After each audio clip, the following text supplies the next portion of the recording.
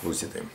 Aš norėčiau pakalbėti apie Bibliją. Mes visi skaitom ją ir žinome tai, kad yra tai Dievo žodis ir jis yra gyvas. Kiekvienas skaitydamas ją gauna apreiškimus skirtingai, net iš tos pačios vietos. Aš jau esu daug kartų skaitęs, bet nuo pradžios iki galo visą laiką. Tai dabar skaitau jau taip 4. kartą, kad taip nuosekliai. Bet dabar aš, kada skaitau tai nuosekliai šitą Bibliją, man norisi lyg tai daugiau sužinoti Dievo žodžio, kad, kaip įvardint, tai kad kaip būtų, kaip atskleisti kažką tai užslaptinto, užkoduoto toj Biblijai, kad gauti apreiškimą, kad iš jos sužinoti ne tai, kad kas yra parašyta. Kas parašyta yra jau man aišku.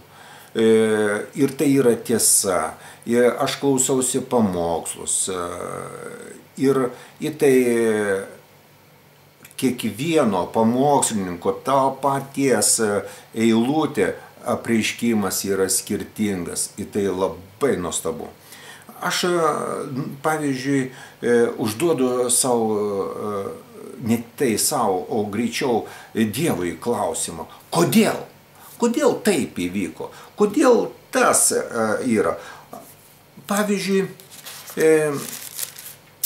imkime net kaip pradžios knygoje, 1 skyriui parašyta. Pradžioje Dievas sutvėrė dangų ir žemę. Bet po to iš karto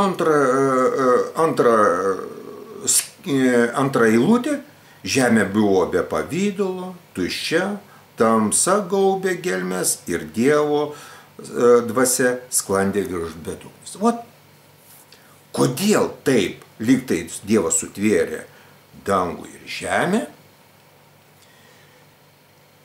o paskui lyg tai jinai kaip be pavydalo, tuščia, tamsa, ir kaip kai kurie skaito, kad jinai buvo be pavydalo, reiškia, nebuvo tokia graži, kaip dabar kosmonautai sako, kokia jinai graži iš kosmoso, reiškia, viską turi savo spalvą, turi savo formą, o čia rašo beformė.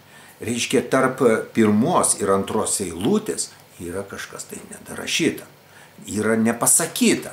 Mes galbūt kada nors apie tai pakalbėsim, nes man tai, aš klausiu Dievo, kodėl taip yra skirtumas tarp tų 2 eilučių. Taip. Paskui man, pavyzdžiui, yra įdomu irgi, pavyzdžiui, Nojaus laivas. Visą laiką, kai skaitydavau, Nojaus laivas pastatytas ir kažkaip tai, tiesa, ten suvarė gyvulius, žvėris visus. Ir mums tai būdavo, nesakau, aš apie save sakau, ir man tai būdavo labai taip, laivas, kokio jis dydžio, netiek svarbu, reiškia, kad, o kiek ten tų gyvulių, reiškia. Bet tai štai, man ir palauk, yra parašyta, kiek uolekčių ilgio, kiek uolekčių pločio, kiek uolekčių aukščio. Aha, tada aš pradedu skaityti, pasiimu Biblijos enciklopediją, tenai viskas parašyta, reiškia, kiek uolektis turi centimetrų. Man tai įdomu.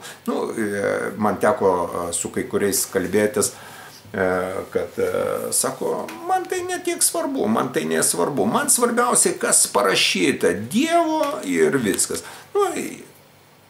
Dėl to nesiginčysim. Net aš ilgai laukiau to atsakymo, pavyzdžiui, net apie Petrą, kada Petras ėjo vandeniu ir kada Jėzus pašaukė, jis ėjo vandeniu ir paskui jisai, reiškia, įsigąsta, pradeda skęsti. Kaip skęsti? Skęsti, kada valtis tau už 2 metrų, o be to jisai profesionalus žvejys. Į profesionalus žvejys skęsti. Nu kažkaip tai vėl, nu nesiriša. O, tai už tai aš tiesiog prašau, Dieve, kodėl taip čia parašyta, nu kažkas tai...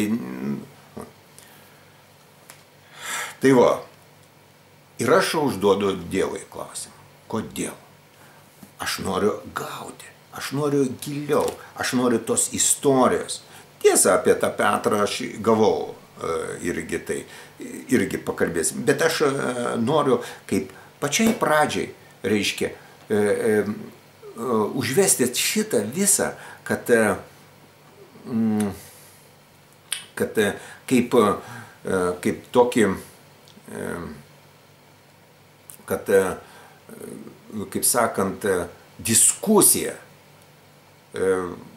nežinau kokio lygio, bet diskusija, reiškia, apie Bibliją. Jinai yra nuostabi ir jinai žinoma yra užkoduota. Daug kažko tai mes, bet kiekvienam atskirai, pamokslininkui, kiekvienam žmogui, nesvarbu, tarnautojas, jis kas bebūtų, jam atskleidžiama. Man kažkadaise pačioj pradžioj tikėjimo man buvo tai vienas, kiekvienam, aš tada neturėjau tos pilnos Biblijos, turėjau Naują Testamentą, aš skaičiau ir man tai buvo apreiškimai, aš tiesiog kriterijau visą tai. Tai va, tai aš manau, kad su laiku viską apkalbėsim. Kiekvienam kažkokiam dalykė, bet taip, kad būtų ta diskusija neįsiprovokuotų į ginčus kažkaip tai, o po lengvų atskleisti kai kurias tokias įdomias vietas Biblijoje. Ir jeigu tai viešpats norės, jeigu jisai pritars tam reikalui, tada mes galėsime kalbėti, mes galėsime bendrauti, mes galėsime, kaip sakant, aptarti apie Bibliją. Kodėl yra taip, kodėl yra taip. Ir kiekvieną kartą mes turbūt gausime kažką tai daugiau kažką tai giliau, kažko tai, aš manau. Tai kol kas tiek.